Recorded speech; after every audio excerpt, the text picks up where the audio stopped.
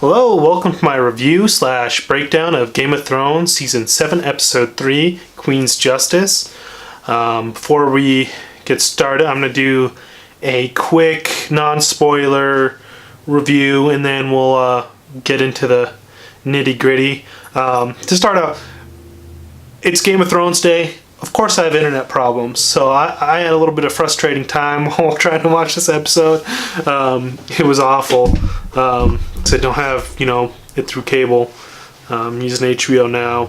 And, like 3 different times I had to shut down my router and do all this stuff, and just finally, it was a mess. And I'm all sunburnt. I spent the day out in the sun, so sorry you have to look at my face all beet red. But this episode is a little bit more set up and more dialogue than last episode. It does kind of the same thing where it's all this setup and dialogue in the beginning, and then we get some action. So it's pretty cool. We get to see people meet for the first time, people that haven't seen each other in a long time. It gets a little slow at times. It's not the best episode of the season yet so far. Nothing wrong with it, really. I don't really have much to complain about. So that's my non-spoiler review. It was pretty eventful. Things happening. A lot of what's it's going to be interesting to see in the next episode. Unfortunately, that was kind of how last episode felt. So hopefully, this next episode we get some momentum and things happening. And that kind of ends my non-spoiler review. I want to go into some detail now, so if you don't want spoilers, stop. There's going to be spoilers. So my memory of the episode is a little fragmented just because of the way I had to watch it and stop and go back. But we got Jon Snow at Dragonstone. He's meeting Tyrion again, who he hasn't seen forever, and they had their nice little banter. Like, yeah, we were kind of buddies. Like, last time I saw you, you were pissing off the wall. But then him and Daenerys did not hit it off. It's kind of like when you meet someone that you've been talking to for a while, and then it doesn't go like you think it's gonna go. And I think Jon was expecting that, but I thought Tyrion was thinking it'd go a lot smoother. I like that Daenerys noticed the blade in his heart thing, and I hope it comes up. I hope they're not just like, oh yeah, we noticed that, but we're not going to get into the details that he died. We're not going to go into all that. Like, I hope they pry some of those details out of Jon or Davos, or maybe Varys is like, oh yeah, people say he got resurrected or some crazy shit. Like, you would think that they would hear, like. And I love Jon's reaction when Davos said that, like, you don't talk about me dying. You're going to make them think we're crazier. But, and I was really expecting a Melisandre confrontation, but she kind of did the smart thing and just took off. So that was smart on her part.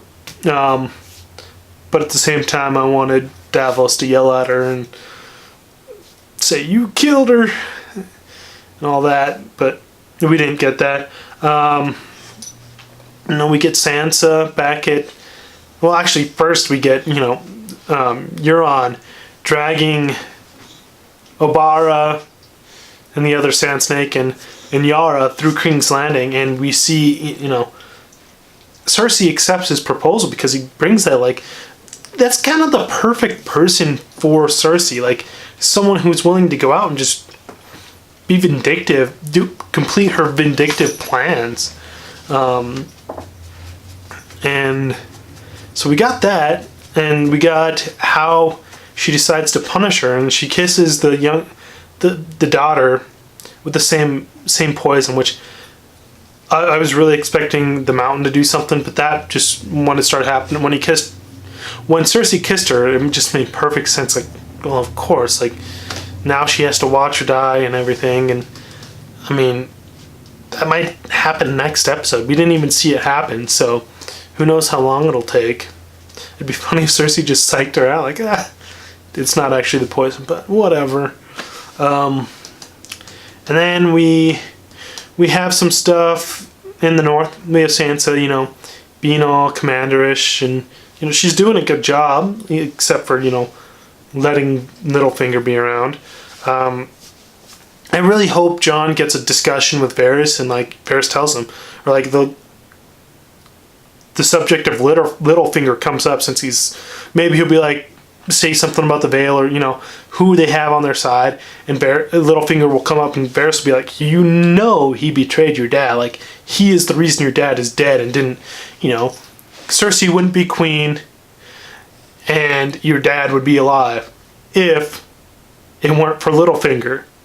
Like, I hope that comes up, so that either Jon comes back and kills him, or Arya does, or someone does, because it has to get out. Like, he's there with someone who knows what happened.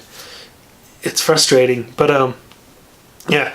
Anyway, we get, and I don't know if I'm doing things in order. My order in this episode is all mixed up from having to jump back and fix stuff with my router. But we get Bran coming back, and it's kind of like this weird, and he's not acting. He's just acting weird, like all out there. And we get him telling Sansa that he's the three-eyed raven. She doesn't know what he's talking about, and like he starts describing her wedding to Ramsay Bolton, which, telling her she looks beautiful and stuff like that.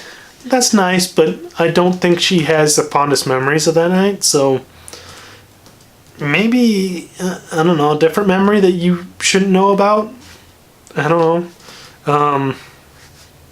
And then we get it just stops there. We don't get to see much more. Hopefully, in the next couple episodes, we'll get more Bran and them interacting, and like what they actually, I don't know, think about it, and and more interactions with them, with his family, and other people that don't know about the three-eyed raven, because he's been pretty isolated in the last couple seasons, so he hasn't had to share that information with other people very much. And he said he needs to talk to Jon, so I'm assuming he knows what his vision meant, and he's going to tell Jon, which will be very interesting.